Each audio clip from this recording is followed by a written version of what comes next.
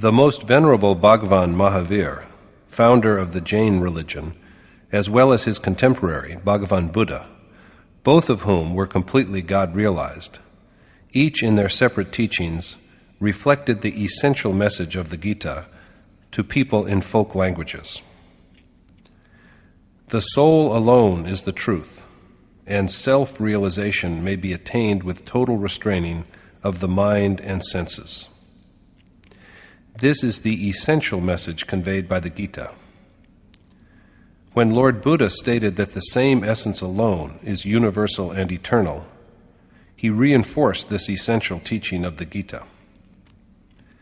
Not only such a teaching from Lord Buddha, but whatever essence has been professed as universal teachings in the name of religion or spirituality anywhere at all times, such as one universal God, prayer, repentance, penance, and so on, are all teachings found to be contained within the Gita itself, the original seed scripture of mankind.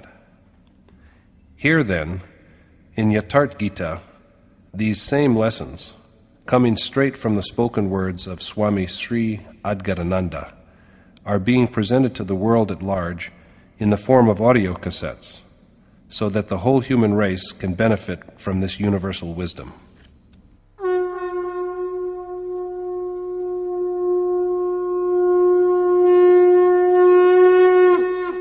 Om Shri Paramatmane Namaha. Yatharth Gita, Srimad Bhagwat Geeta. Chapter 4. Elucidation of the deed of Yajna. In Chapter 3, Yogeshwar Krishna had given the assurance that if a man followed his precept, free from delusion and with sincere devotion, he would be liberated from the bondage of action. Yoga, both of knowledge and action, has the power to effect liberation from this servitude.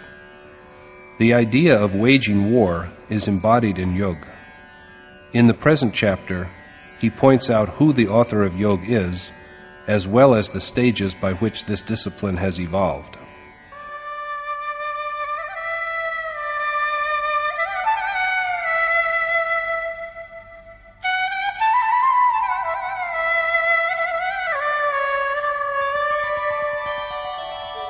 Imam vivasvate yogam proktavanaham avyayam vivasvan manave praha manurikshvakave bravit.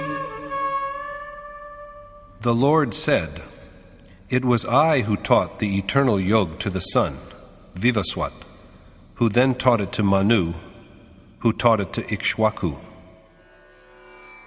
It was he, Krishna says, who at the beginning of devotion, Kalp, imparted the knowledge of eternal yoga to the sun, symbolizing righteous impulses, from whom it was passed on to Manu, symbolizing the mind, and then to Ikshwaku, symbolizing aspiration. Krishna, as we have seen, was a yogi. So it is a yogi, a sage dwelling in the Supreme Spirit, who initiates the everlasting yoga at the beginning, or, in other words, at the commencement of worship, and transmits it into the life breath. The sun, the embodiment of light existing in breath, represents the way of God realization. God is the one light that gives light to all. Yoga is everlasting. Krishna has said earlier that the inception, the seed of this process, is indestructible. If it is but begun, it does not cease until it has achieved perfection. The body is cured by medicines, but worship is the remedy for the soul. The beginning of worship is the beginning of self-cure. This act of devotion and meditation is also the creation of an accomplished sage. To the primitive man lying unconscious in the night of ignorance, who has not given a thought to yoga, is brought the perfection of yoga when he meets with an accomplished sage. Just by looking at the great man, by listening to his voice, by rendering albeit an inadequate service to him, and by associating with him. Goswami Tulsidas has also said this: ultimate bliss is granted to the man who has perceived God, as well as to the man who has been noticed by God. Krishna says that at the beginning he taught yoga to the sun. If a realized sage just casts a glance at a devotee, the refinement of yoga is transmitted into the life breath of the lucky soul. All beings that live are animated by the sun, by God who is subject to himself alone. Since light is life, or breath, it is ordained that the Supreme Spirit can be attained only by the regulation of life breath. Transmission of pious instincts into the early man is the imparting of knowledge of yoga to the sun, after which, in due time, the seed of this perfection sprouts in the mind. This is how gods pass on the knowledge to Manu. After the seed has sprouted in the mind, there will arise a wish for the realization of the sage's utterance. If the mind has something in it, there is also the desire to achieve it. This is Manu's preaching yoga to Ikshwaku. There will be a longing or aspiration to do that ordained act which is eternal and which liberates from the bondage of action. If it is so, there is the will to act, and worship is quickened. Krishna now speaks about the point to which yoga takes us after it has been set in motion.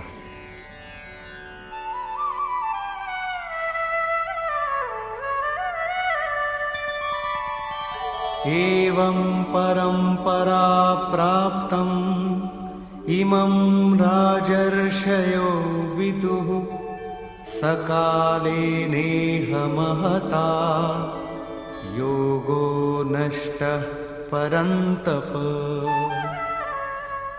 Derived from tradition, this yoga was known to sages of the royal stage, Rajarshi. But at this point, O destroyer of foes, it declined and was almost extinct. This yoga, transmitted by an accomplished saint into the breath of the primitive, barbaric man, and thereafter flowing from breath into the mind, thence to longing or aspiration, and from that to active practice, thus developing by gradual stages, reaches the royal stage and is then revealed to the seeker. Extraordinary powers are generated in worshippers who have reached this level. At this critical stage, yoga almost ceases to be in this world or body. So the problem is how to carry it beyond this dividing line. It seems that every seeker is destroyed after reaching this stage. But according to Krishna, it is not so. One who has taken refuge in him as a loved devotee and dear friend is spared.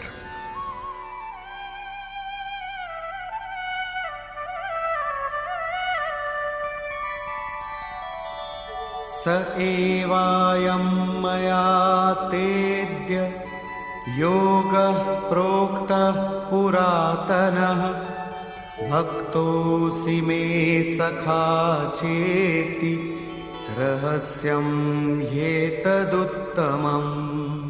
That is the timeless yoga which I now impart to you, because you are my devotee and beloved friend, and because this yoga embodies a supreme mystery. Arjuna is a Kshatri worshipper of the level of Rajarshi, at which, lashed by waves of achievement, worshippers are in danger of being destroyed.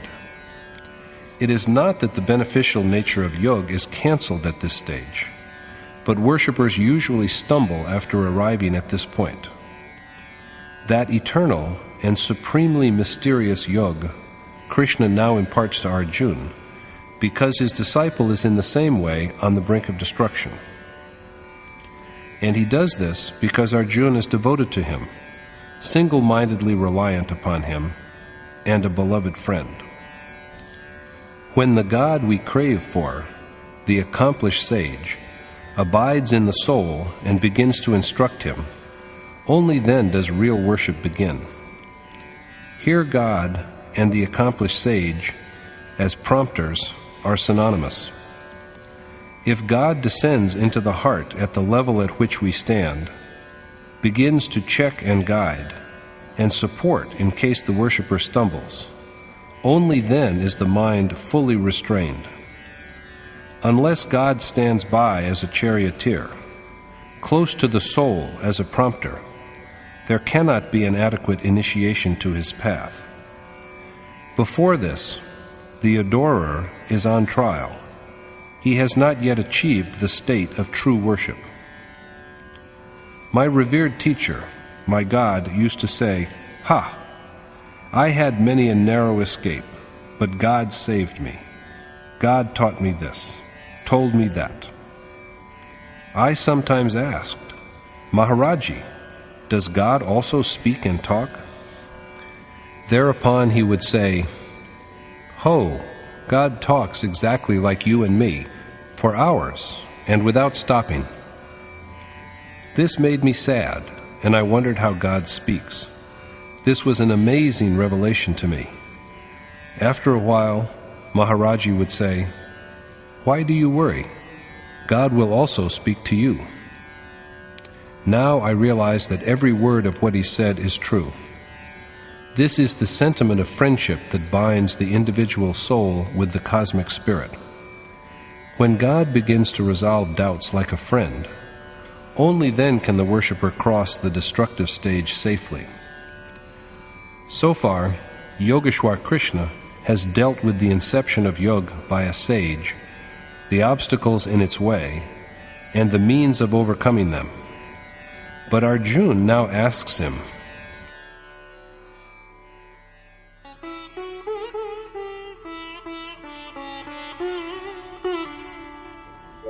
Aparam bhavato janma param janma vivasvatah kathame tadvijaniyam tvamado proktavaniti.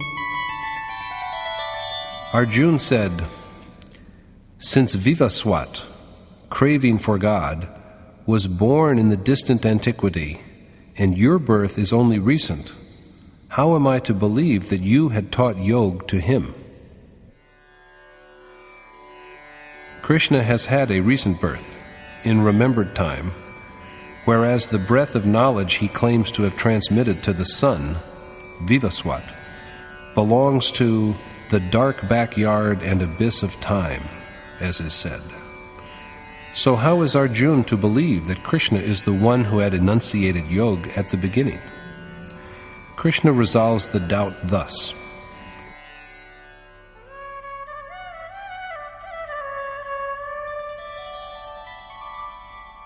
Bahuni me vyatitani janmani tava charjuna tanyaham veda sarvani natvam vetha parantapa. The Lord said, "O Arjuna, you and I have passed through innumerable births, but, O vanquisher of foes, whereas you do not have memory of your previous births, I do." Krishna and Arjuna have had numerous births, but the latter does not remember them. The worshipper does not know, but he who has beheld his self knows it, and one who has realized the unmanifest knows it. According to Krishna, his birth is unlike that of others. Attainment of the self is distinct from attainment of a body. Krishna's manifestation cannot be seen with physical eyes. He is birthless, hidden, and eternal, and yet he is born with a human body.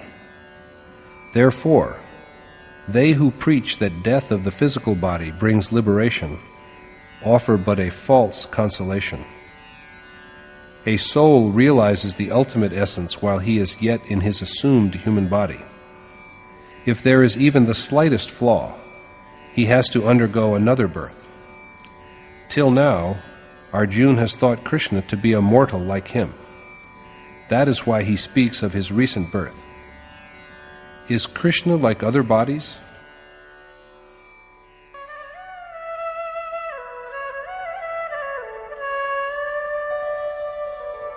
अजोऽपि सन्नव्ययात्मा भूतानामीश्वरोऽपि सन् प्रकृतिं स्वामधिष्ठाय सम्भवाम्यात्ममायया. Although imperishable, birthless, and God of all beings, I manifest myself, subduing the materialistic world of nature by the mysterious power of Atma Maya. Krishna is imperishable, birthless, and pervading the breath of all beings. But he is manifested when he restrains materialistic attachments by Atma Maya. One kind of Maya is the moral ignorance that makes one accept the reality of the material world, and which is the cause of rebirth in low and inferior forms. The other Maya is that which Krishna calls Yogmaya, of which we are unaware. This is the Maya of self that provides access to the soul and leads to awareness of the Supreme Spirit. It is by the operation of this Yogmaya that Krishna subdues his three-propertied nature and manifests himself. People usually say that they will have a vision of God when he manifests himself through an incarnation. According to Krishna, however, there is no such incarnation as may be seen by others. God is not born in a corporal form. It is only by gradual stages that he controls his three-propertied nature by the exercise of Yogmaya and manifests himself. But what are the circumstances of such manifestation? यदा यदा हि धर्मस्य ग्लानिर्भवति Bharat अभ्युत्थानमधर्मस्य तदात्मानं सृजाम्यहम्. Whenever, O Bharat, righteousness, dharma, declines and unrighteousness is rampant, I manifest myself. Krishna tells the devout Arjuna that when hearts fall into inertia in regard to the Supreme Spirit, the most sublime Dharma, and when the pious are unable to see how to cross safely to the other bank, he begins to shape his form in order to manifest himself. Such a feeling of weariness had come to Manu. Goswami Tulsidas has written of his grief-laden heart because his life had passed without contemplation of God. When despairing tears flow from the eyes of loving worshippers because of their overpowering feeling of helplessness at their inability to steer across unrighteousness, God begins to mold his form into a manifest shape. But that also implies that God manifests himself to only loving worshippers and only for their well-being. God's incarnation comes about only within the heart of a blessed worshipper. But what does the manifest God do? परित्राणाय साधूनां विनाशाय च दुष्कृतां धर्म संस्थापनार्थाय संभवामि युगे युगे. I manifest myself from age to defend the pious, destroy the wicked, and strengthen Dharma. God manifests himself as a savior of saintly men. He, the adored, is the one God after attaining whom there is nothing else to contemplate. Krishna assumes a manifest form from age to age to destroy impediments that obstruct the smooth flow of righteous impulses, such as wisdom, renunciation, and restraint, as also to annihilate the demoniacal forces of passion, anger, attachment, and repugnance, and to reinforce dharma. The word age, as used by Krishna here, does not refer to historical ages like the Golden Age, Satyug, or the Iron Age, Kali Yuga. It rather alludes to the stages of rise and fall, of the waxing and waning of dharma, through which human nature has to pass. These are stages of dharma, and the human heart has to progress through them. Goswami Tulsidas has written about it in the Ramayana, chapter 7, verse 10.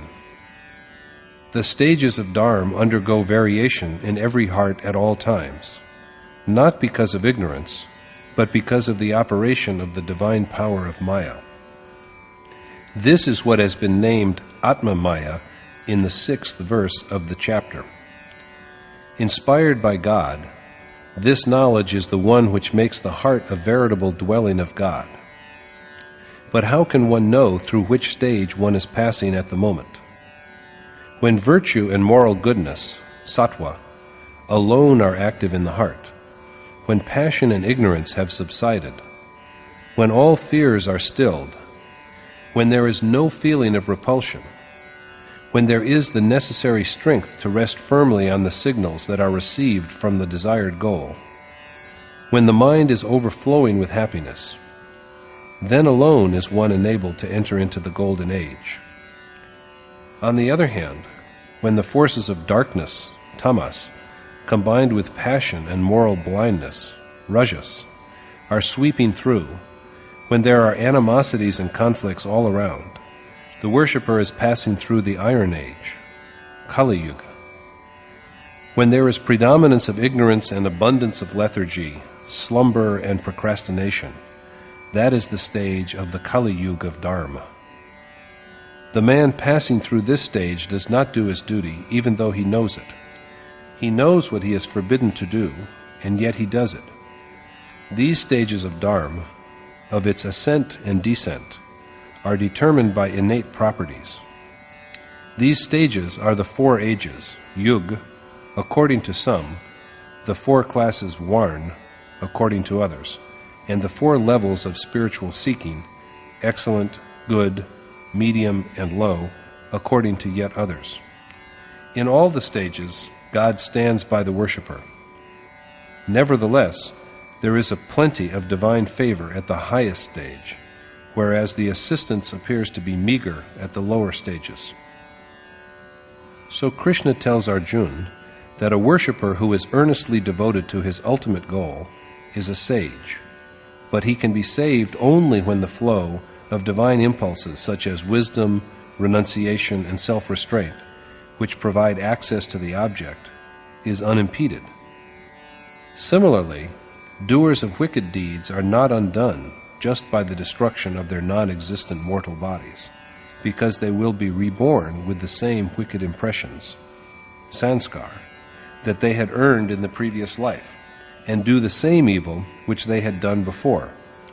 So Krishna manifests himself in all ages to destroy moral perversions and to strengthen dharma. Installation of the one changeless God alone is the final destruction of evil. In brief, Krishna has said that he manifests himself again and again in all circumstances and categories to destroy evil and foster good, and to strengthen faith in the Supreme Spirit. But he does this only if there is profound regret in the worshipper's heart. So long as the grace of the worshipped God is not with us, we cannot even know whether evil has been destroyed or how much of it still remains. From the beginning to the moment of final attainment, God stays by the worshipper at all stages. He manifests himself only in the devotee's heart. Does not everyone see him when he manifests himself? According to Krishna, this is not so.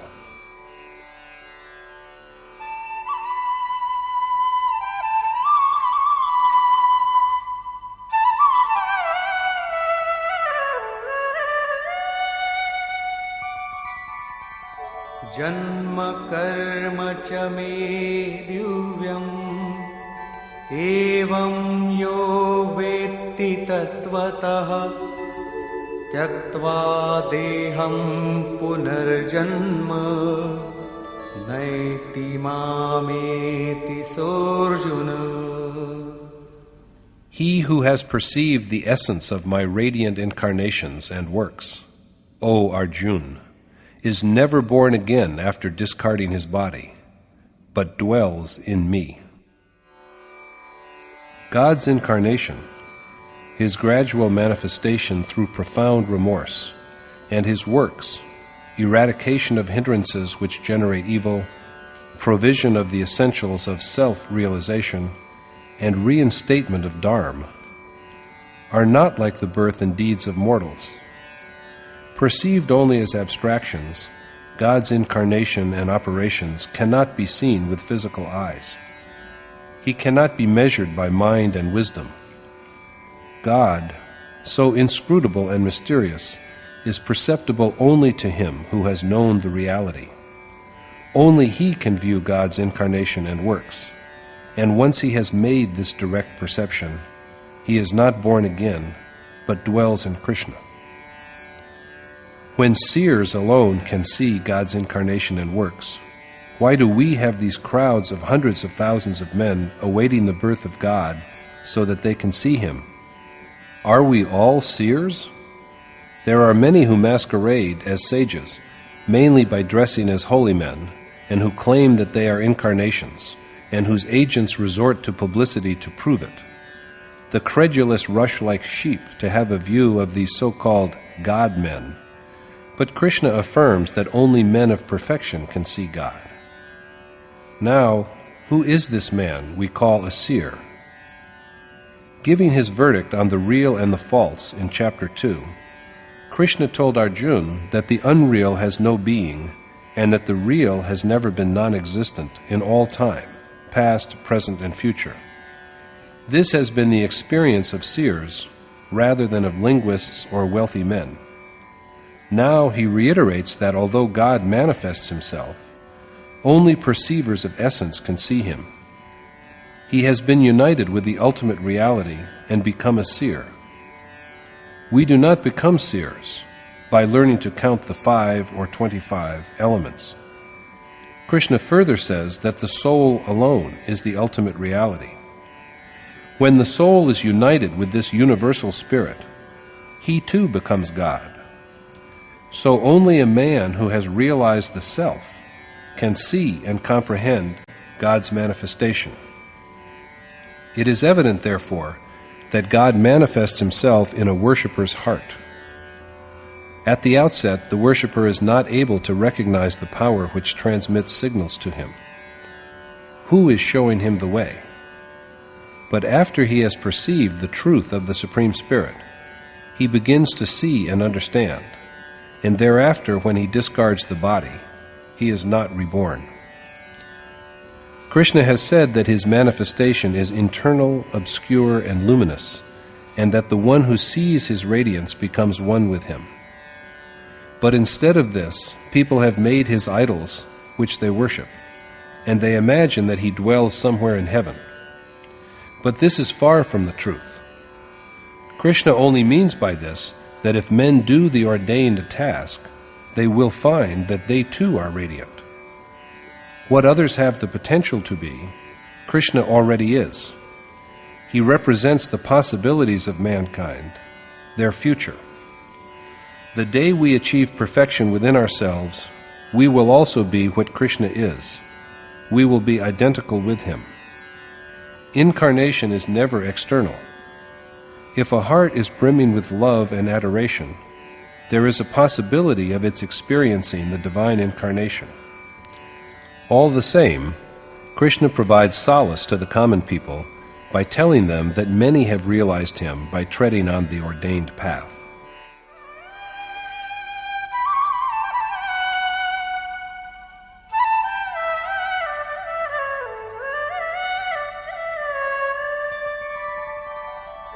वीतराग भय क्रोधा मन्मया मामुपाश्रिताः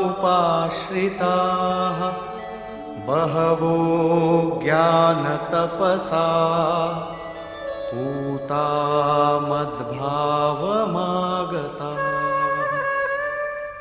Free from passion and anger, wholly dedicated to me, finding shelter in me, and purified by knowledge and penance, many have realized my being. Many who have taken refuge in Krishna with single-mindedness and complete detachment, freed equally from passion and passionlessness, fear and fearlessness, anger and absence of anger, and purified by knowledge and penance, have attained to his state. It is not that only now it is so. This canon has always been in operation. Many have attained to his state before. But what is the way? Krishna shapes himself and appears in a heart that is filled with profound sorrow at the predominance of unrighteousness. It is people with such hearts who realize him. What Yogeshwar Krishna had previously called perception of reality, he now calls knowledge, or jnana. God is the ultimate reality. To perceive him is wisdom. Men with this knowledge therefore realize him. Here the problem is resolved, and Krishna now proceeds to distinguish worshippers according to their qualities.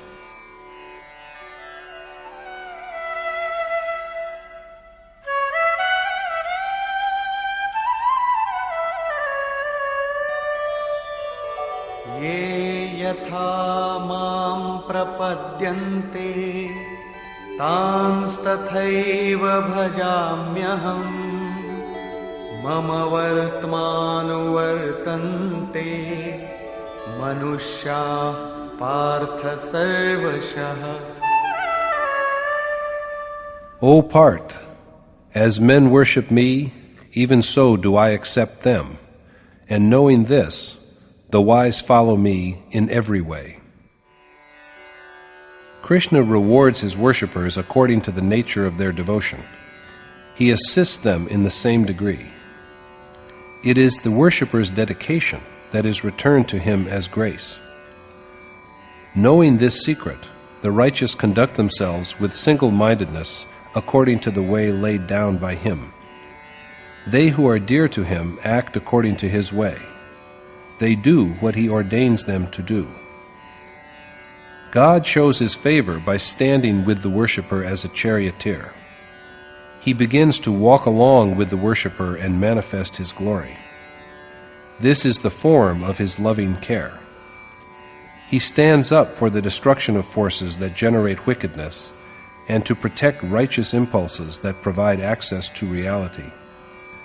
Unless the worshipped God acts as the earnest charioteer who alerts at every step, despite his dedication and closing his eyes in meditation and all other endeavors, the worshipper cannot cope with the adversities of the material world successfully. How is he to know how much distance he has covered and how much more remains to be covered? The adored God stands inseparably with the self and guides him.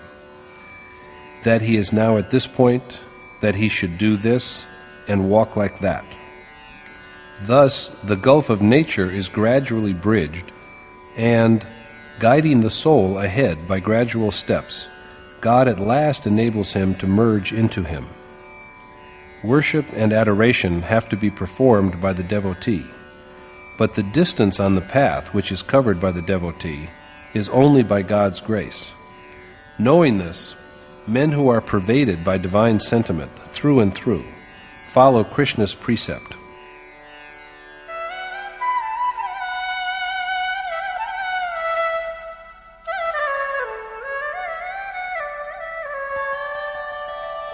काङ्क्षन्तः कर्मणां सिद्धिं यजन्त इह देवताः क्षिप्रं हि मानुषे लोके सिद्धिर्भवति कर्मजा. Desiring fruits of their action, men worship manifold gods, for the rewards of action are then earned quickly. Desiring accomplishment of the action within this human body, men take to the worship of many gods. Krishna has told Arjuna to perform the ordained action, which is performance of yagya, a way of worship, in which the incoming and outgoing life breaths are offered to God as oblation, and the outward-looking senses are burnt out in the fire of self-restraint, and whose final outcome is the attainment of God. The true meaning of action is worship, and this is again clarified later in this chapter. The outcome of this action is oneness with the eternal God, the supreme goal, the state of total actionlessness. Krishna says that men who follow his way worship gods for the attainment of actionlessness. That is, they strengthen divine impulses within. Krishna said in chapter 3 that Arjuna ought to practice yagya to foster gods, to strengthen his righteous impulses. He will progress more and more as these impulses are gradually strengthened and augmented. Thus advancing step by step, he will at last achieve the ultimate bliss. This is the final stage of the process of spiritual advancement that has to be gone through from the beginning to the end. Stressing the point, Krishna says that they who follow him, even though aspiring for accomplishment of action in their human bodies, tend the righteous impulses within, which quicken the advent of the state of actionlessness. Never failing, the process invariably succeeds.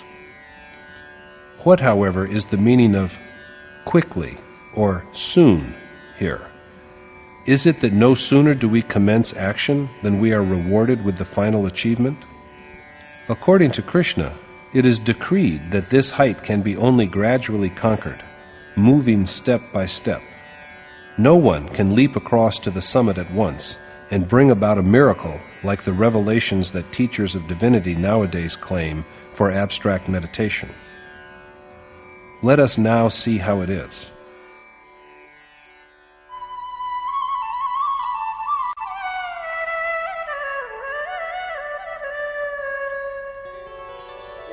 चातुर्वर्ण्यं मया सृष्टं गुणकर्मविभागशः तस्य कर्तारमपि मां विद्यकर्तारमव्ययम्.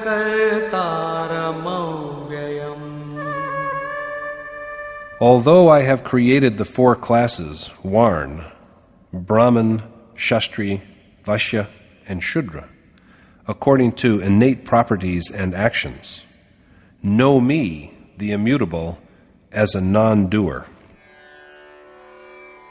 Krishna represents himself as the maker of the four classes. Does it mean that he has divided men into four rigid categories determined by birth?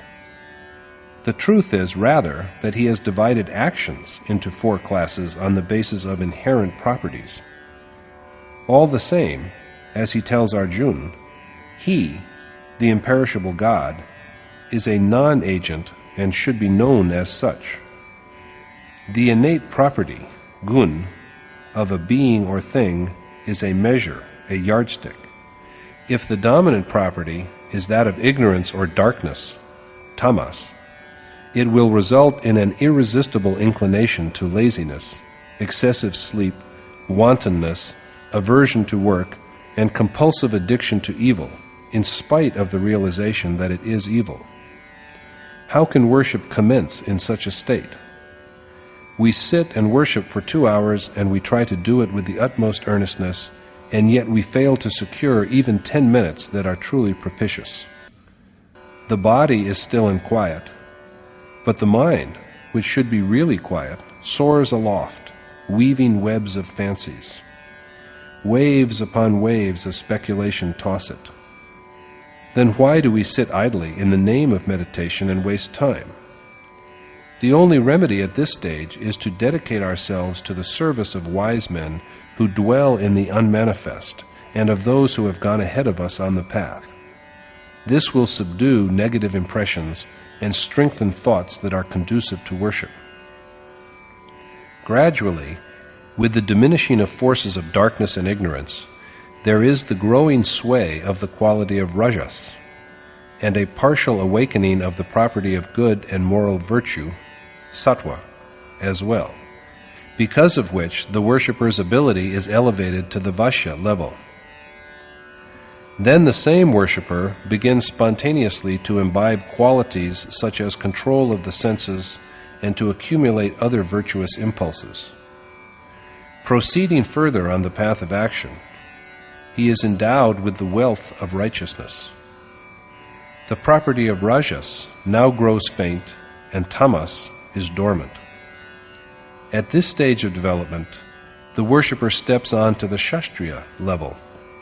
Prowess, the ability to be immersed in action, unwillingness to retreat, mastery over feelings, the capacity to carve his way through the three properties of nature, all are now the inherent features of the worshipper's disposition. With yet further refinement of action, sattva makes its approach, at which there is the evolution of virtues such as control of the mind and senses, concentration, innocence, contemplation, and abstract meditation, and faith, as well as the capacity to hear the voice of God, all qualities that provide access to Him. With the emergence of these qualities, the worshipper comes to belong to the Brahmin class. This, however, is the lowest stage of worship at this level. When ultimately the worshipper is united with God, at that point, the highest point, he is neither a Brahmin, nor a Shastriya, nor a Vashya, nor a Shudra. So worship of God is the only action, the ordained action, and it is this one action that is divided into 4 stages according to the motivating properties. The division was made, as we have seen, by a saint, by a Yogeshwar. A sage dwelling in the unmanifest was the maker of this division. Yet Krishna tells Arjuna to regard him, the indestructible and maker of Varn, as a non-doer. How can it be so?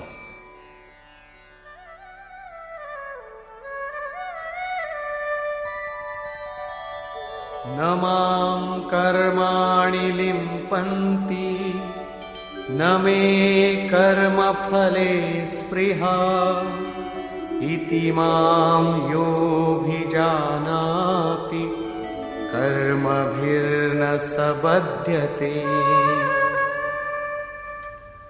I am unsullied by action because I am not attached to it, and they who are aware of this are in the like fashion unfettered by action. Krishna is unattached to the fruits of action. He said before that the deed by which yajna is accomplished is action, and that the one who tastes the nectar of wisdom generated by yajna merges into the changeless, eternal God. So the final consequence of action is attainment of the Supreme Spirit Himself. And Krishna has overcome even the desire for God, because He has become identical with Him. So He is also unmanifest like God. There is now no power beyond for which He should strive. So He is untouched by action, and they who know Him from the same level, from the level of God realization, are also not bound by action. Such are the realized sages who have reached the level of Krishna's accomplishment.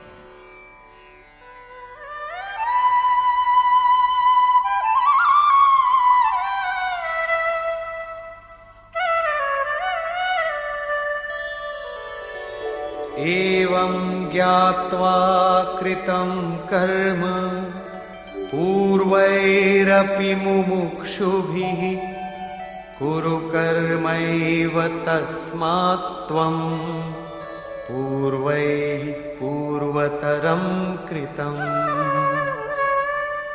Since it is with this wisdom that men aiming at salvation from worldly existence have also performed action in earlier times, you too should follow the example of your predecessors.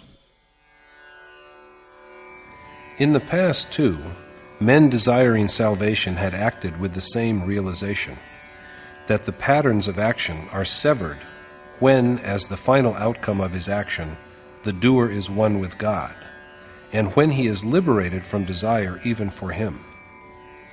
Krishna belongs to this state, so he is untainted by action, and if we have what he has, we too will be freed from the bonds of action. Whoever knows what Krishna knows from his elevated position will be freed from action.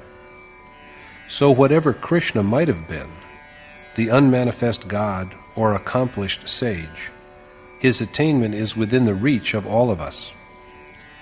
It was with this kind of wisdom that earlier men aspiring for salvation had set upon the path of action. It is for this reason that Arjuna is told to do what his predecessors have done. This is the only way that leads to the sublime good. So far, Krishna has stressed the performance of action, but he has not yet explained what this action is.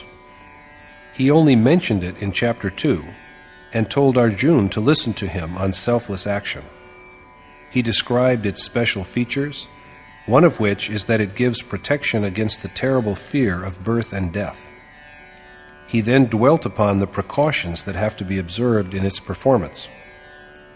But despite all this, he has not pointed out what action is.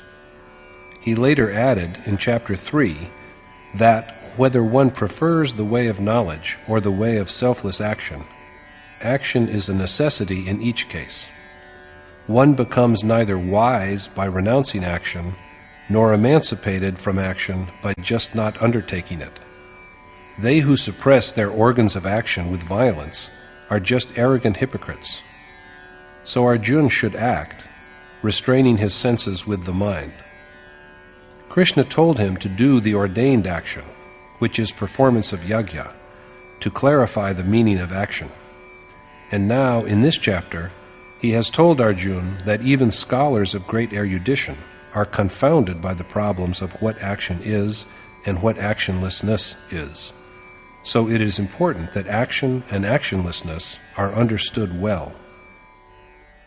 Kim karma kima karmeti kavayopyatra mohitaha tatte karma pravakshami yajgyatva mokshase shubha.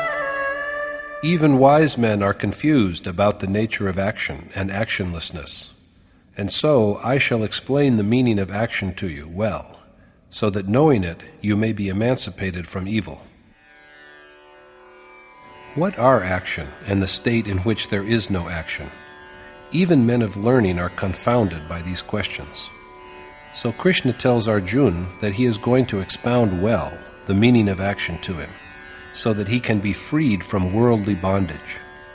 He has already said that action is something that liberates from the fetters of temporal life. Now again, he stresses the importance of knowing what it is.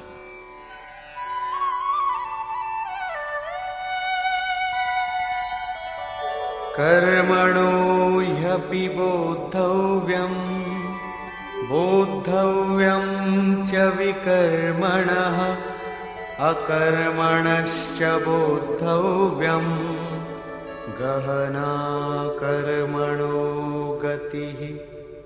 It is essential to know the nature of action as well as of actionlessness, and also that of meritorious action, for the ways of action are so inscrutable.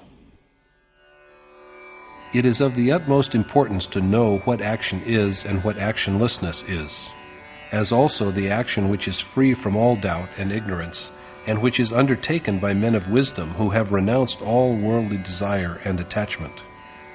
This is imperative because the problem of action is a great riddle. Some commentators have interpreted the word vikarm in the text, which has been translated here as meritorious action, as instead forbidden or prohibited action, or diligent action, and so on. But the preposition vi, prefixed to the root karm, here denotes merit or excellence. The action of men who have attained to the ultimate bliss is free from all uncertainty and error. For sages who dwell and find contentment in the self, and love Him and the Supreme Spirit, there is neither any profit in accomplishing action, nor any loss in forsaking it, but yet they act for the good of those who are behind them.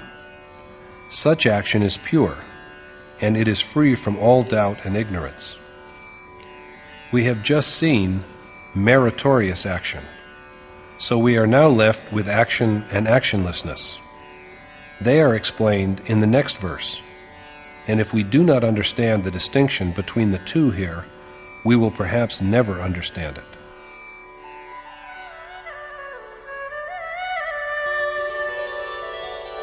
कर्मण्यकर्म यः पश्येद् अकर्मणि च कर्म यः स बुद्धिमान् मनुष्येषु स युक्तः कृत्स्नकर्मकृत्. One who can perceive non-action in action and action in non-action is a wise man and an accomplished doer of perfect action.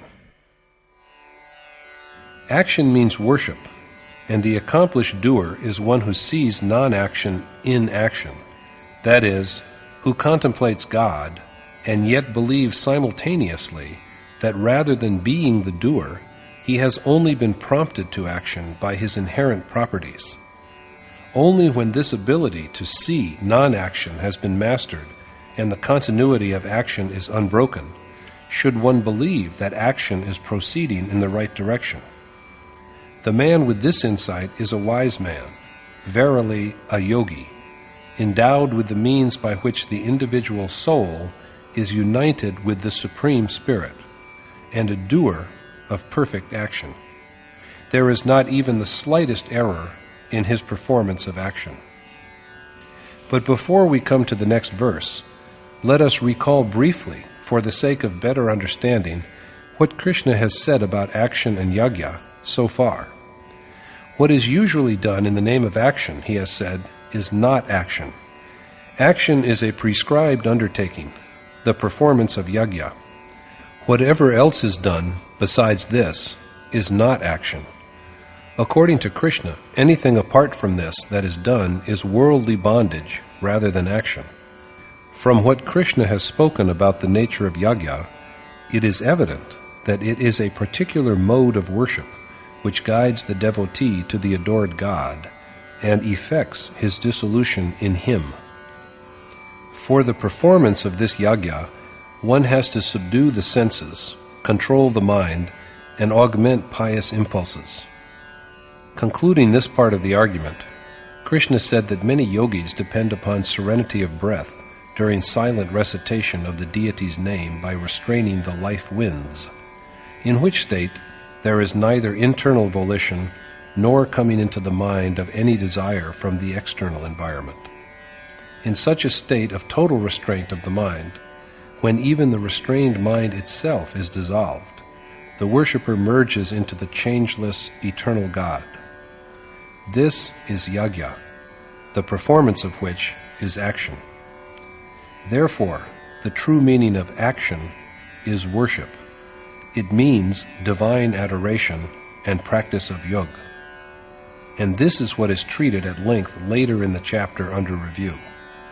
So far, only a distinction has been made between action and non-action, the awareness of which will guide the worshipper onto the right path and enable him to tread effectively on it.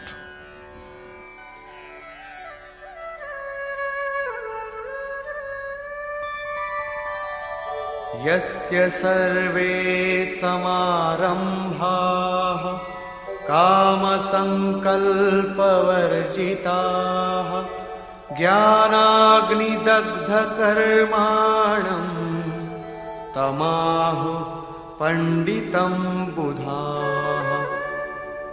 Even the learned call that man a sage, all of whose actions are free from desire and will, both burnt to ashes by the fire of knowledge. It was said in the last verse that with the acquisition of the capacity of perceiving non-action in action, the man who is engaged in action grows into a doer of perfect action in which there is not even the slightest flaw. Now it is added that restraint of desire and will is a victory of the mind. So action is something that elevates the mind above desire and will. Krishna tells Arjuna that a well-commenced action gradually becomes so refined and sublimated that it takes the mind above will as well as above irresolution. And then, with the burning out of even the last desire which he does not know, but which he was previously eager to know, the worshipper is blessed with direct perception of God. Direct knowledge of God by following the path of action is called knowledge, or jnana, the sacred knowledge that enables the soul to be united with the Supreme Spirit. The fire of this direct perception of God annihilates action forever. What was sought has been achieved. There is nothing beyond it to quest for. Who is there beyond God to search for with further endeavor?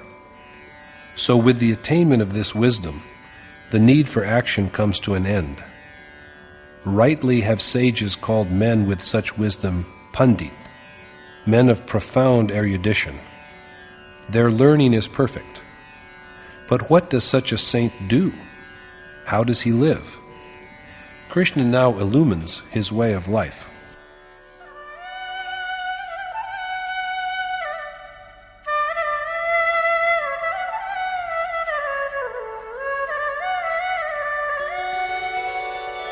त्यक्त्वा कर्मफलासङ्गम् नित्यतृप्तो निराश्रयः कर्मण्यभिप्रवृत्तोऽपि नैव किञ्चित् करोति सः.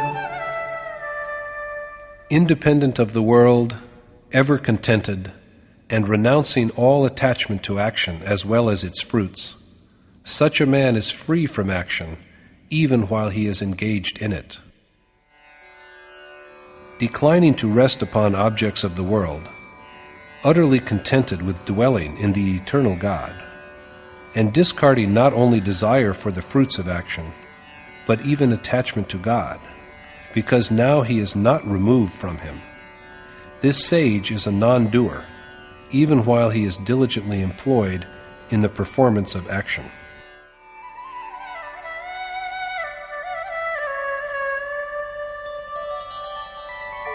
निराशीर्यत चित्तात्मा त्यक्त सर्व परिग्रहः शारीरं केवलं कर्म कुर्वन्नाप्नोति किल्बिषम्. He who has conquered his mind and senses and given up all objects of sensual pleasure does not partake of sin, even when his body seems to be engaged in action. It is only the physical body of the man who has overcome both his mind and senses, renounced all objects of worldly enjoyment, and achieved total freedom from desire, that seems to be engaged in action, whereas in truth he does nothing, and that is why he does not incur sin. He is perfect, and so he is emancipated from the cycle of birth and death.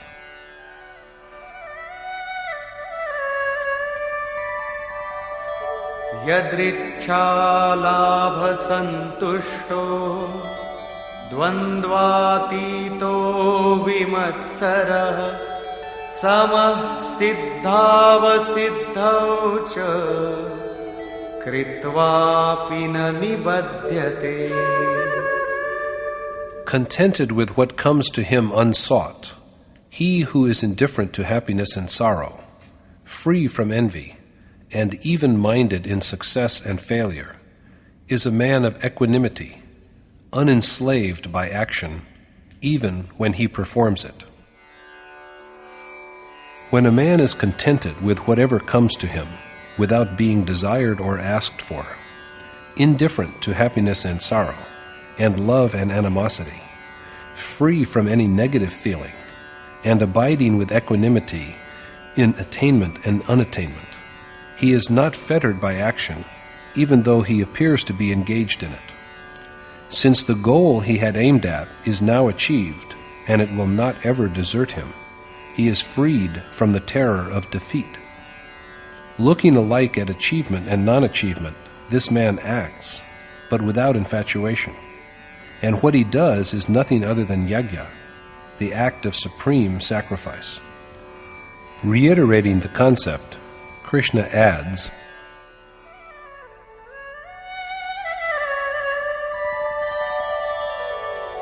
Gata sangasya muktasya jnanavasthita chetasah yajñāyācaratah karma samagram praviliyate. When a man is free from attachment, his mind rests firmly in the knowledge of God, and when his actions are like the yajna made to God, he is truly emancipated, and all his actions cease to be. Performance of yajna itself is action, and direct perception of God is knowledge. Acting in the spirit of sacrifice and dwelling in the knowledge achieved from direct perception of God, all the actions of this liberated man who is devoid of attachment and desire undergo a process of dissolution.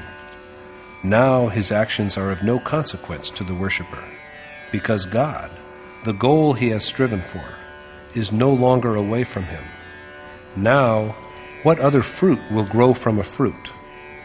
Therefore, such liberated men's need of action for themselves comes to an end. Yet they act as messiahs, but even while doing this, they remain untouched by what they do. Krishna accounts for this in the following verse.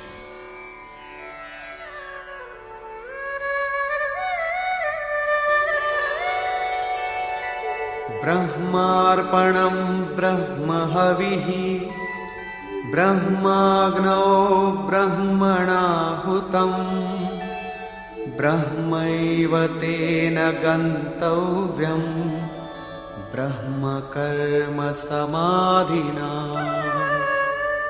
Since both the dedication and the oblation itself are God, and it is the godlike teacher who offers the oblation to the fire, which is also God, the attainment also of the man whose mind is set on godlike action is God himself. The emancipated man's yajna is God. What he offers as oblation is God, and the sacred fire to which the sacrifice is made is also God. That is to say, that what is offered by the godlike worshipper to the sacred fire that is an embodiment of God is also God himself. That which is worthy of being secured by the man whose actions have been dissolved and stilled by God's loving touch is also God. So this man does nothing. He only acts for the good of others. These are attributes of the realized sage who has reached the stage of final attainment. But what is the nature of yajna that is performed by worshippers who have just set out on the quest?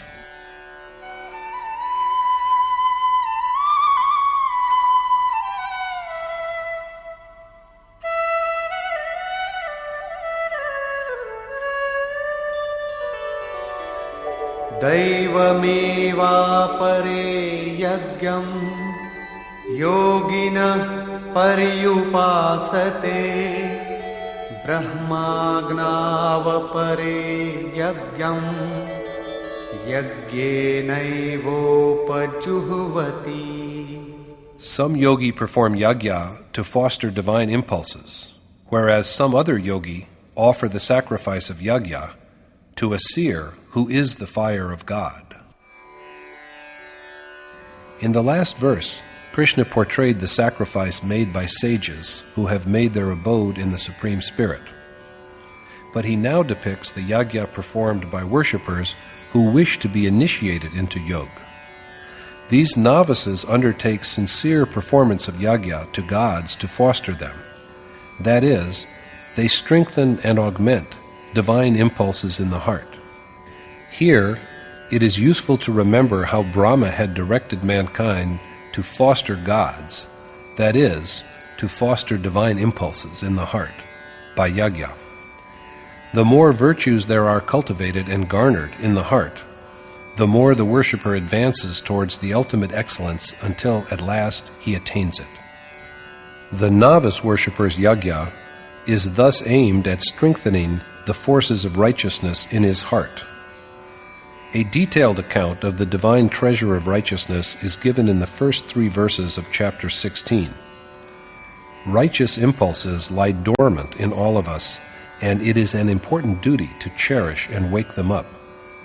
Pointing this out, Yogeshwar Krishna tells Arjuna not to grieve because he is endowed with these godly merits. With them he will dwell in Krishna and attain to his eternal being, because righteousness brings the ultimate good. On the contrary, there are the demoniacal, devilish forces which lead the soul to rebirth in low and inferior forms. It is these negative impulses that are offered as oblation to the fire. This is yajna, and also its inception. Other yogi perform yajna by offering sacrifice to the accomplished teacher in his heart, the sacred fire that is an embodiment of God. Krishna further adds that in the human body, he is the adiyajna, or that in whom the oblation is consumed. Krishna too was a yogi and an accomplished teacher. These other yogi offer oblations to the godlike teacher who also annihilates evils like fire. They perform sacrifices aimed at this accomplished teacher, who is also an embodiment of sacrifice. In brief, they concentrate their minds on the form of an accomplished teacher, a fully realized sage.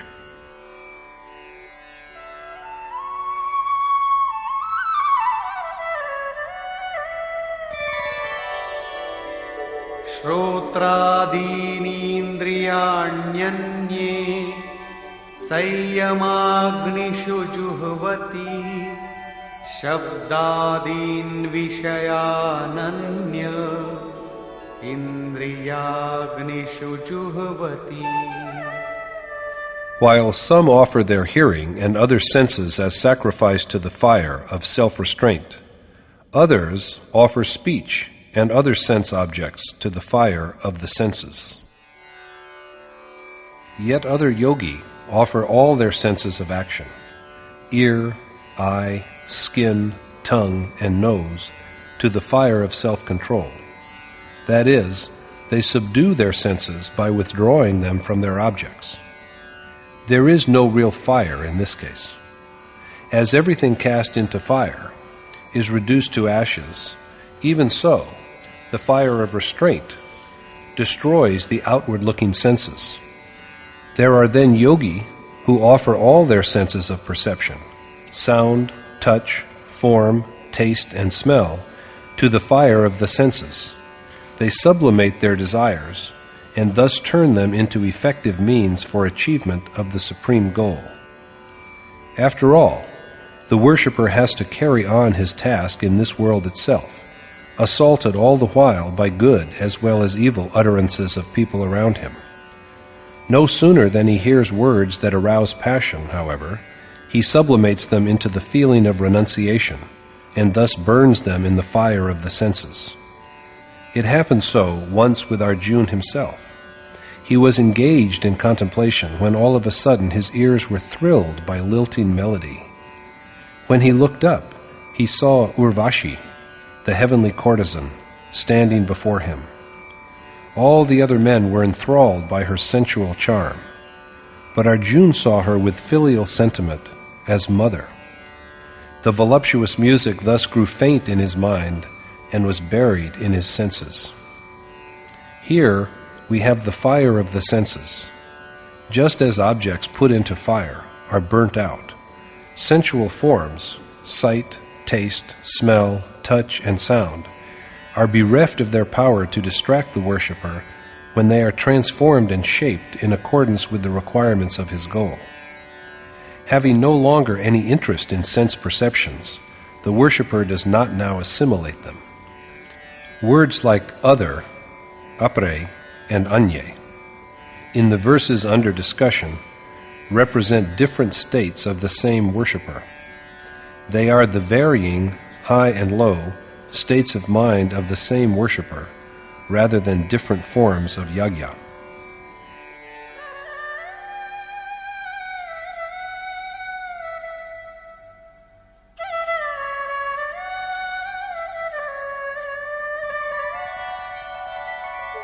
सर्वाणीन्द्रियकर्माणि प्राणकर्माणि चापरे आत्मसंयमयोगाग्नौ जुह्वति ज्ञानदीपिते. Yet other yogi offer the functions of their senses and operations of their life breaths to the fire of yoga, self-control, kindled by knowledge. In the yajna Krishna has so far spoken of, there are a gradual fostering of pious impulses, restraint of the working of the senses, and parrying off of sensual perceptions through a modification of their intent. In a still higher state than this, yogi offer as oblation the function of all senses and operations of life breaths to the fire of yoga that is lit up by knowledge of God. When this restraint is integrated with the self, and the operations of breath and the senses are stilled, the current which stimulates passions and the current which propels one towards God merge into the self. The outcome of yajna then emerges as God realization, the culmination of this spiritual exercise. When one dwells in the God who had to be realized, nothing else remains to be achieved. Yogeshwar Krishna again explains yajna.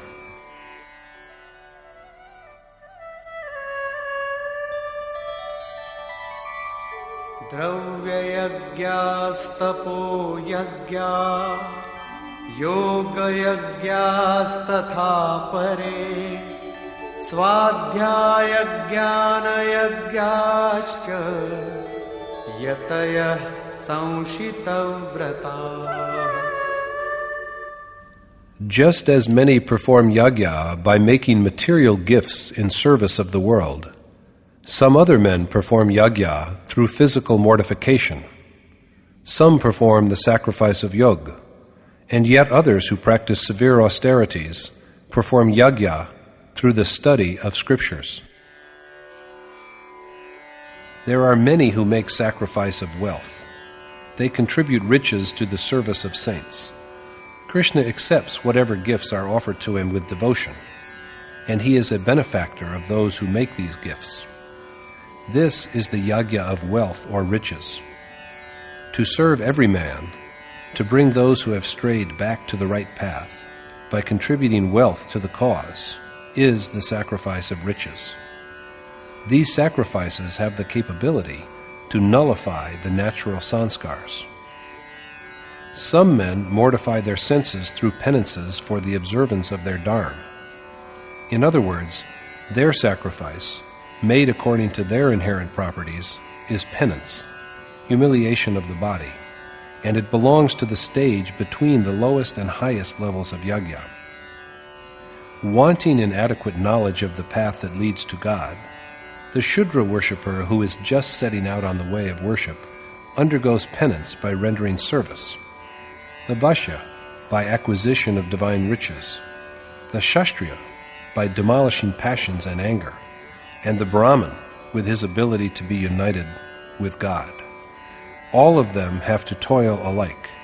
In truth, yajna is one, and there are only its lower and higher stages governed by innate properties. My noble teacher, the revered Maharaji, used to say, to trim the mind along with the body and senses in keeping with the goal is penance.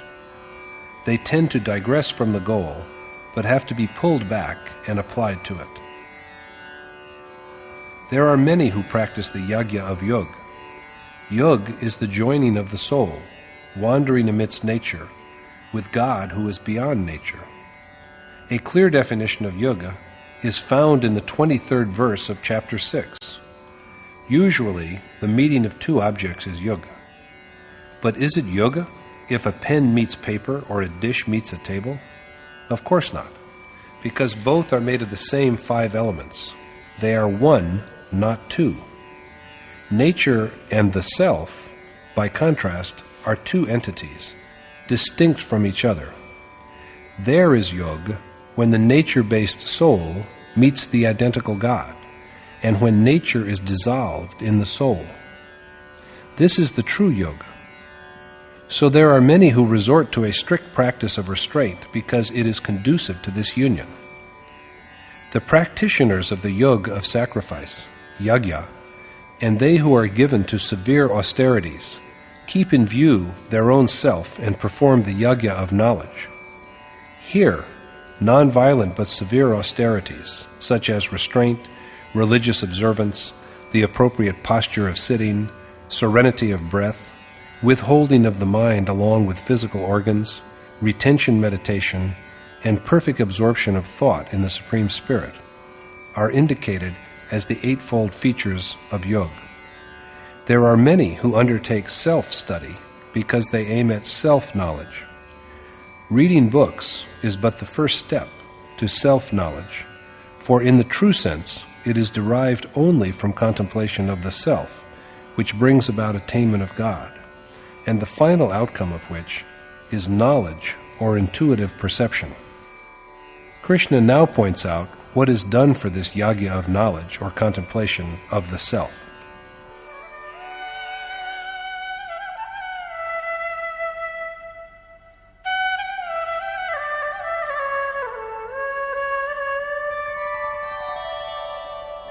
अपाने जुह्वति प्राणं प्राणे पानं तथा परे प्राणापानगतिरुद्ध्वा प्राणायामपरायणाः.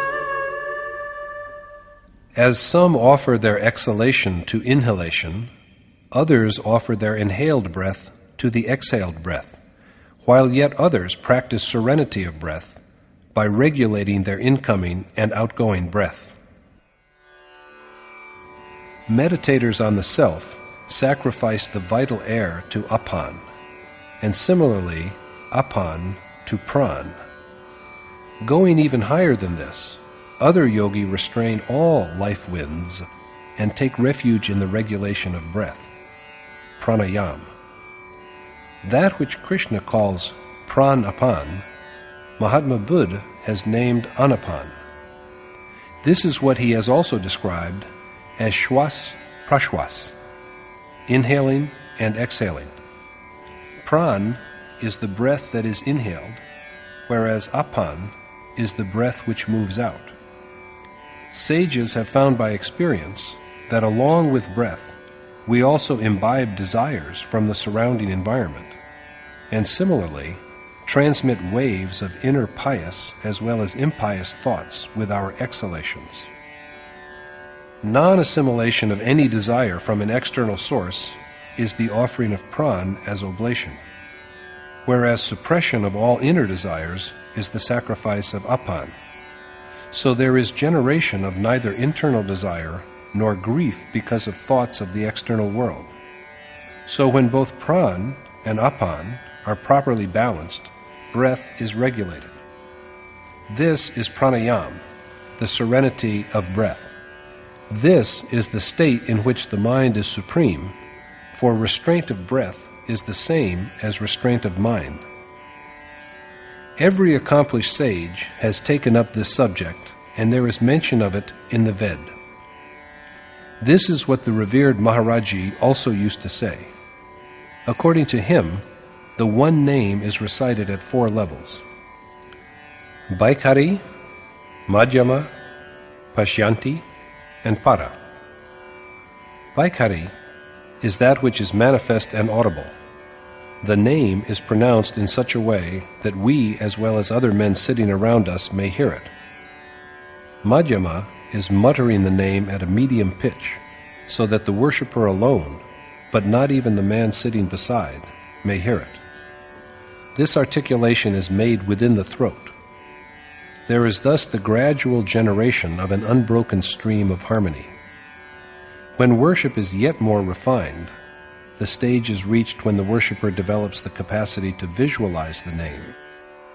After this, the name is not recited, because it has now become an integral part of the life breath. The mind stands as an onlooker and just views what the breath shapes. When does it come in? And when does it go out? And what does it say? Sages of perception tell us that it articulates nothing except the name. Now the worshipper does not recite the name. He just listens to the melody of the name arising from his breath. He just watches his breath, and that is why this stage of breath control is called Pashyanti. At the stage of Pashyanti, the mind is set up as a witness, an onlooker. But even this is not needed when there is yet further refinement. If the desired name is just imprinted on memory, its melody will be heard spontaneously. There is no need of recitation now, for the name rings in the mind by itself. The worshipper does not recite any longer, and neither does he have to compel the mind to hear the name, and yet the recitation goes on. This is the stage of ajapa, of the unrecited.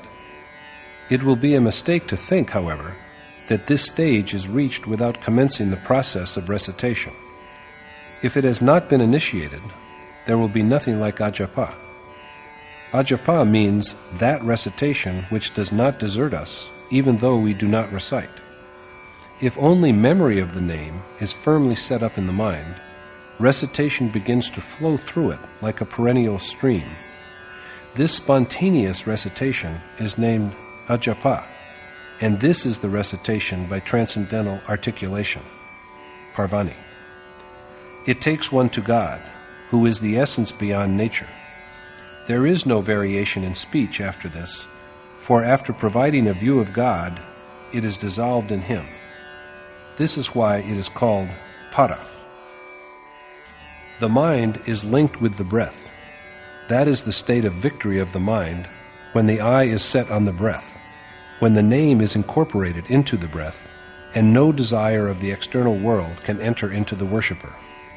With this, the final outcome of yajna emerges.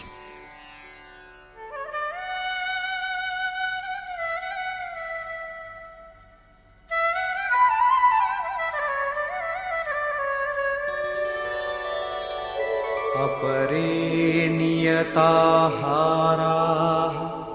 प्राणान् प्राणेषु जुह्वति सर्वेप्येते यज्ञविदो यज्ञक्षपितकल्मषाः.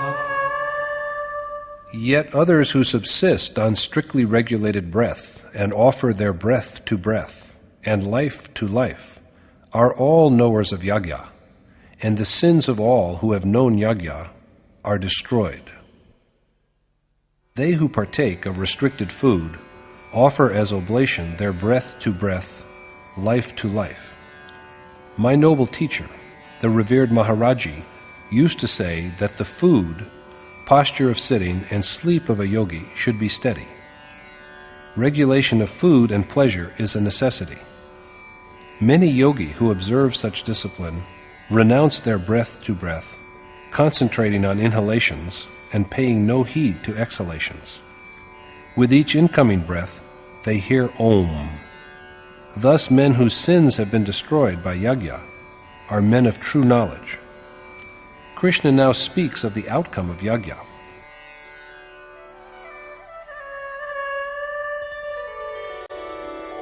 यज्ञशिष्टामृतभुजो यान्ति ब्रह्म सनातनम् नायं लोकोऽस्त्ययज्ञस्य कुतोऽन्यः कुरु सत्तम.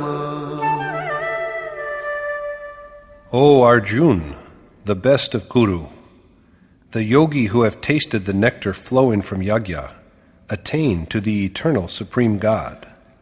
But how can the next life of men, bereft of yagya, be happy, when even their life in this world is miserable? What yagya generates, what results from it, is nectar, the substance of immortality. A direct experience of this is wisdom. The one who feeds on it becomes one with the eternal God. So yagya is something which with its completion unites the worshipper with God. According to Krishna, how can the next world bring happiness to men bereft of yagya when even the mortal human birth is beyond their reach? It is their inevitable lot to be born in lower forms and nothing better than them.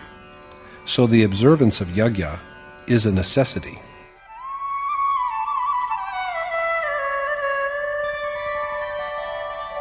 एवं बहुविधा यज्ञा वितता ब्रह्मणो मुखे कर्मजान् विद्धितान् सर्वान् एवं ज्ञात्वा विमोक्ष्यसे.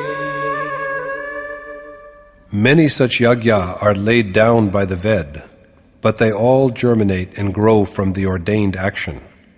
And performing their various steps, you will be freed from worldly bondage. There are several steps of yagya elaborated by the Ved, God's own words. After realization, God assumes the body of accomplished sages. The minds of men who have become one with God are then mere instruments. It is God who speaks through them. So it is in His voice that these yagya have been enunciated. Krishna tells Arjuna that he should know that all these yagya have arisen from action. This is what he has said before also, in chapter 3, verse 14. He has just pointed out that all those whose sins have been wiped out by yagya are the real knowers of yagya. And now he tells Arjuna that he will be freed from the bonds of the world if he knows that yagya arises from action. Here, the Yogeshwar has clearly stated the meaning of action. That conduct is action by which yagya is accomplished. Now, there is no harm in engaging ourselves in trade, service, and politics, if, in doing them, we can earn divine riches, contemplate an accomplished teacher, restrain the senses, offer the oblation of outgoing breath to the incoming breath, sacrifice inhalations to exhalations, and regulate the vital winds of life. But we know that it is not so. Yagya is the only exercise that transports one to God the very moment it is complete. Do any other work you like, if it takes you to God in the same way. In fact, all these forms of yagya are but internal processes of contemplation, forms of worship which make God manifest and known. Yagya is the special ordained mode that helps the worshipper to traverse the path that leads to God. That by which this yagya is accomplished, regulation and serenity of breath, is action. The true meaning of action is therefore worship. It is usually said that whatever is done in the world is action. Work without desire or selfish interest is the way of selfless action. Some feel that it is action if they sell imported fabric for greater profit. They feel they are men of action. For others, dealing in indigenous goods to serve the country is the way of selfless action. If one acts with dedication or trades without thinking of profit and loss, that is the way of selfless action. Fighting a war or contesting an election without thought of winning and losing makes one a doer of selfless action. But these deeds cannot bring salvation.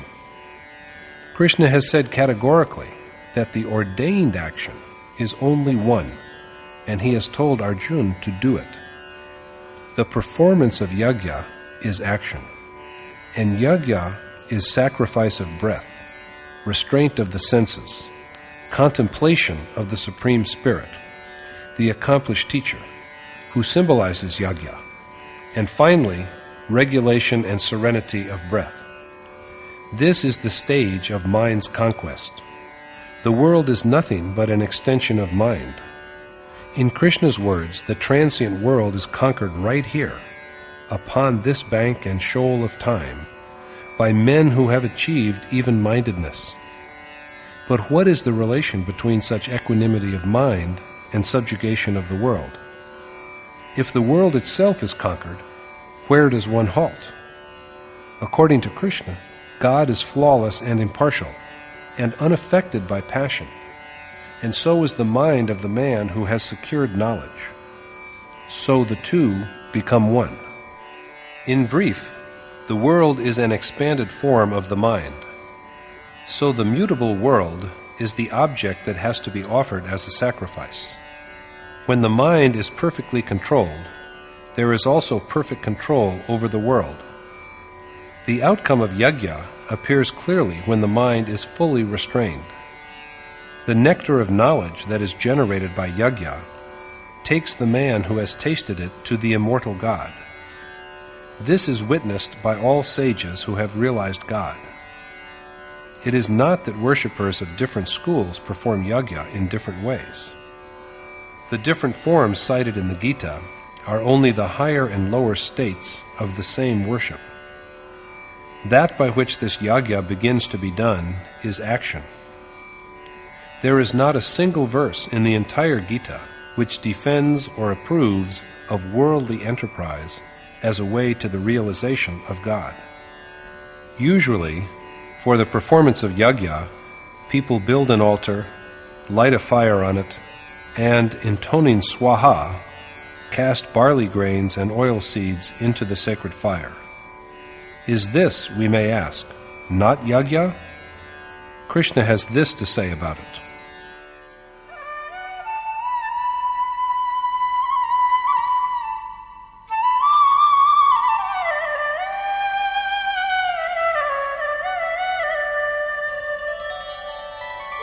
श्रेयान् द्रव्यमयाद् यज्ञात् ज्ञानयज्ञः परन्तप सर्वं कर्माखिलं पार्थ ज्ञाने परिसमाप्यते.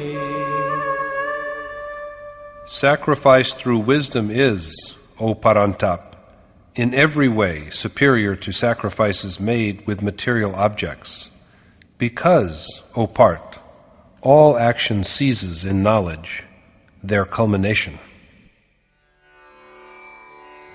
The yajna of wisdom, made by means of austerity, continence, faith, and knowledge, which brings about a direct perception of God, is the most propitious. All actions are fully dissolved in this knowledge. Knowledge is thus the crowning point of yajna. Thenceforth, there is neither any profit in the doing of action, nor any loss in abstaining from it. In the same way, there are yajna that are performed with material objects, but they are insignificant in comparison with the yajna of knowledge, which enables a man to have direct perception of God. Even if we sacrifice millions, build hundreds of altars for the sacred fire, contribute money to good causes, and invest money in the service of sages and saints, this yajna is much inferior to the sacrifice of knowledge. Krishna has just told us that real yajna is restraint of the vital winds of life, subduing of the senses, and control of the mind.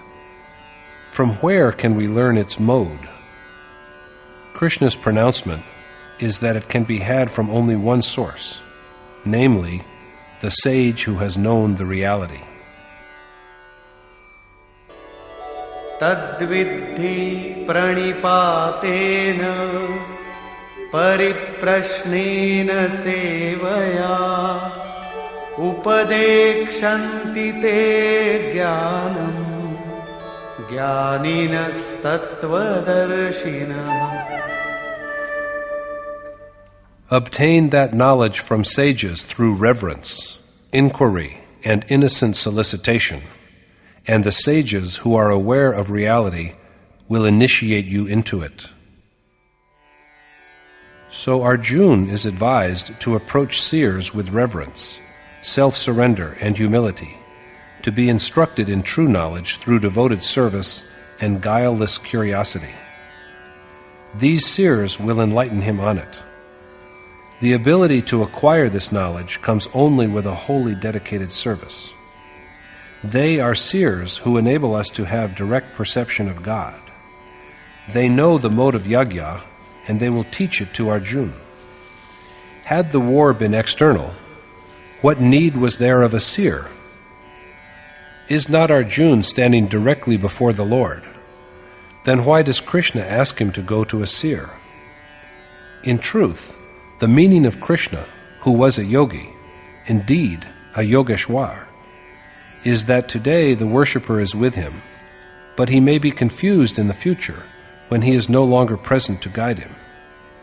Ah me, Arjuna will say, Krishna has gone, and I do not know to whom to turn now for guidance.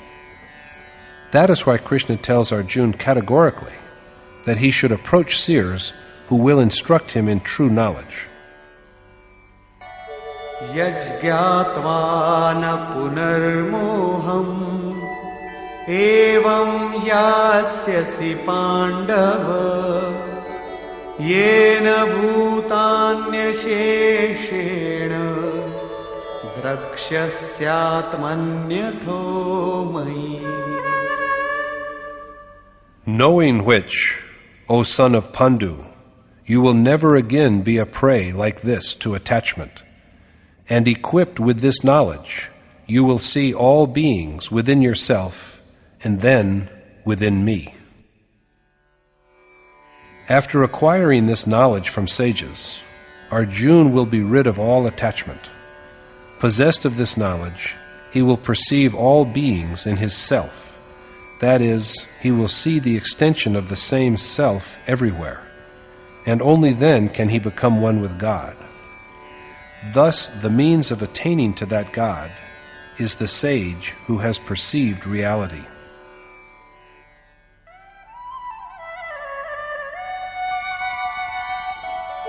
Api chedasi papebhyah sarvebhyah papakrittamah sarvam jnanaplavenaiva vrijinam santarishyasi.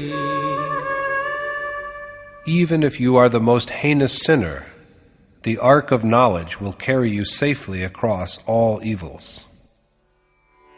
We should not make the error of concluding from this that we will know salvation even with committing more and yet more sin.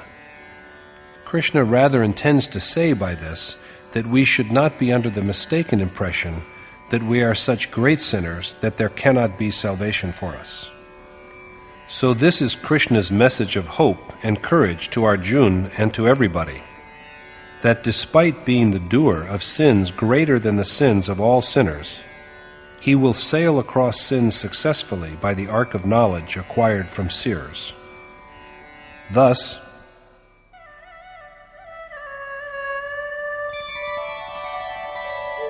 Yathaidhamsi samiddhognihi bhasmasat kurute Arjuna jnanagnihi sarvakarmani bhasmasat kurute tatha. as blazing fire turns fuel to ashes, so verily, O Arjuna, the fire of knowledge reduces all action to ashes. Here we have a portrayal not of an introduction to knowledge through which one approaches yajna, but of the culmination of knowledge or perception of God, in which there is first the destruction of all unrighteous inclinations, and in which then even the act of meditation is dissolved. The one who had to be attained to has been attained. Now, who is there to look for by further meditation? The sage, with the wisdom that arises from perception of God, brings his actions to an end. But where does this perception of God occur? Is it an external or internal phenomenon?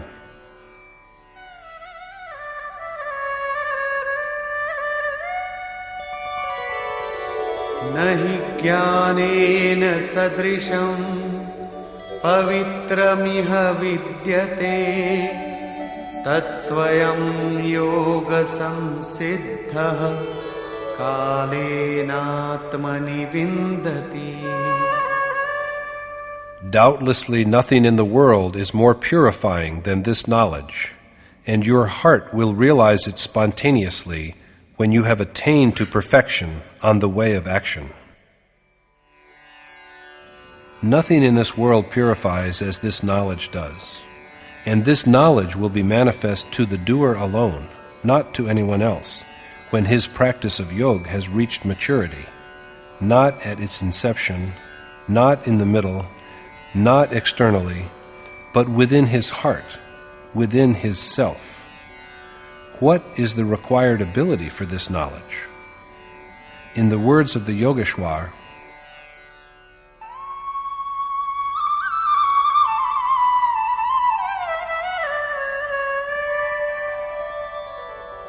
श्रद्धावान् लभते ज्ञानं तत्परः संयतेन्द्रियः ज्ञानं लब्ध्वा परां शान्तिम् अचिरेणाधिगच्छति. The worshipper of true faith, who has subdued his senses, attains to this knowledge, and at the very moment of attainment, he is rewarded with the benediction of supreme peace. For realization of God, one needs to possess faith, determination, and restraint of the senses. If there is no intensely felt curiosity for the knowledge of God, even taking refuge in a seer will not bring it. Also, mere faith is not enough. The worshipper's effort may be feeble. Therefore, the determination to proceed resolutely along the prescribed way is a necessity. Along with this, it is also necessary to restrain the senses. Realization of the Supreme God will not come easily to one who is not free from desire. So only a man who has faith, enthusiasm for action, and restraint of the senses can have this knowledge. And the very moment this knowledge dawns upon him, he is blessed with the ultimate peace, because after this, there is nothing more to strive for. After this, he will never know anything other than peace. But Agyascha shraddadhanascha संशयात्मा विनश्यति नायं लोकोऽस्ति न परो न सुखं संशयात्मनः. For a skeptic, bereft of faith and knowledge, who strays from the path of righteousness, there is happiness neither in this world nor in the next. He loses both the worlds. For the man who is ignorant of the way of yajna, for the doubting man who is devoid of faith and who strays from the path of good, there is no happiness, no next life in human form, and no God. So if there are any doubts in the worshipper, he should go to a seer and resolve them, or else he will never know the reality. So who is blessed with knowledge? Yoga sannyasta karmanam jnana sanchinna saushayam atmavantam na karmani nibadnanti dhananjaya. O Dhananjay, action cannot bind the man who relies on God and who has surrendered all his actions to him by the practice of karma yoga, and all whose doubts have been put to rest by knowledge. Action cannot enslave the man whose deeds are dissolved in God by the practice of yoga, whose doubts have been resolved by perception, and who is united with God. Action will be brought to an end only by yoga. Only knowledge will destroy doubts. So Krishna finally says,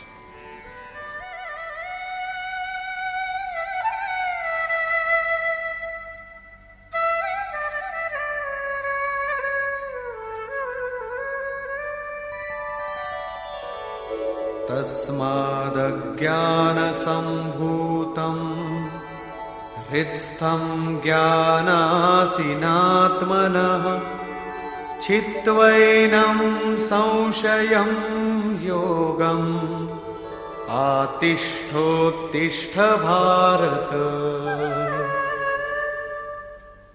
So, O Bharat, dwell in yoga and stand up to cut down this irresolution that has entered your heart because of ignorance, with the steel of knowledge.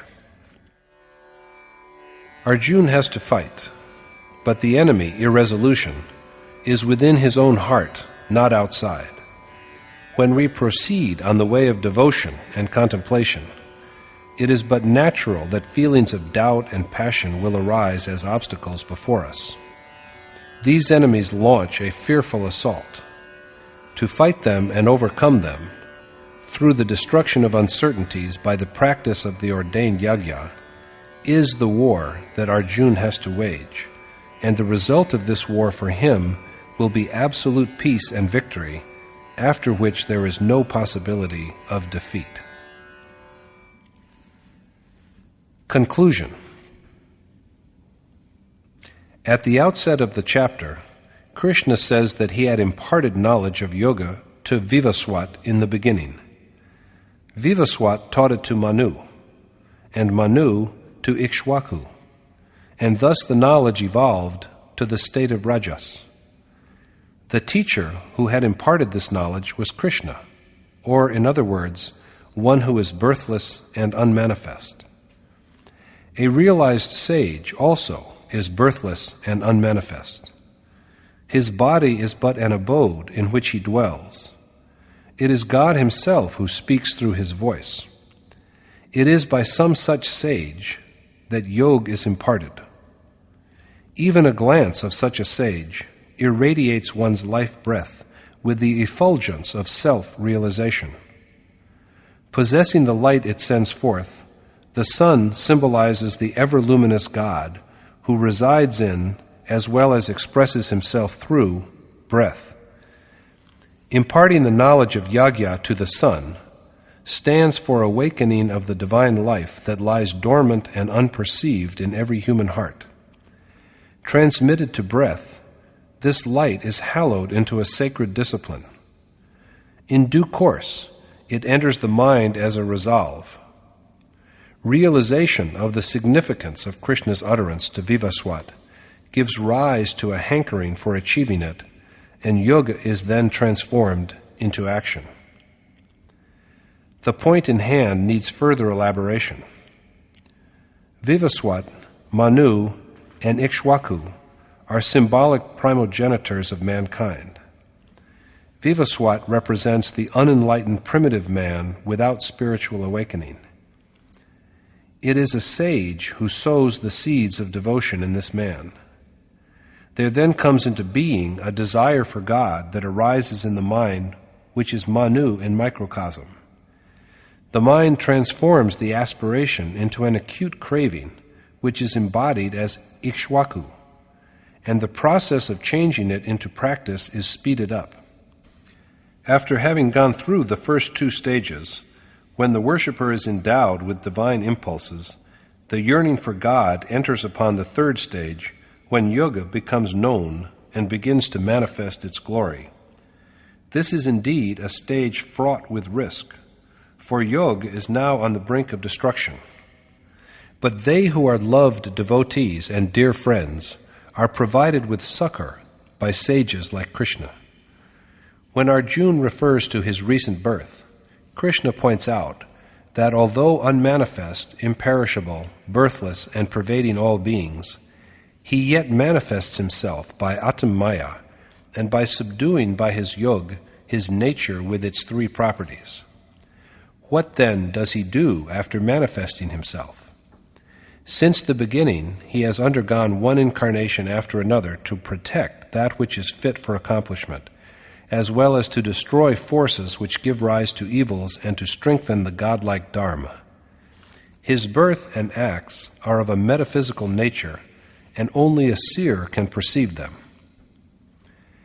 Krishna has further explained the mode of God's manifestation, of how it is an event that occurs within the heart of a devoted yogi, and certainly never externally. Krishna has said that action does not bind him, and just so, they who have attained to the same state are not bound by action. He has also said unambiguously that this knowledge he can acquire only by his own action, rather than through the conduct or action of others. Also, it will come to him when his yog is in an accomplished stage, rather than at the outset. Perception of knowledge will be within the sphere of the heart, not outside, and it comes only to those who are dedicated, determined, in control of their senses, and free from all doubt. So finally, Arjuna is advised to sever the irresolution in his heart with the sword of renunciation. Thus, war is within the heart. The war of the Gita is quite unconcerned with any external conflict. In this chapter, Krishna has thus mainly elaborated and explained the nature and form of yajna, and added that the deed of accomplishing it is action. Thus concludes the 4th chapter in the Upanishad of the Srimad Bhagwat Geeta on the knowledge of the Supreme Spirit, the science of yoga, and the dialogue between Krishna and Arjuna, entitled Yagya Karm Spashtikaran, or Elucidation of the Deed of Yajna. Thus concludes Swami Adgaranand's exposition of the 4th chapter of the Srimad Bhagavad Gita in Yatharth Gita. Hari Om Tat Sat.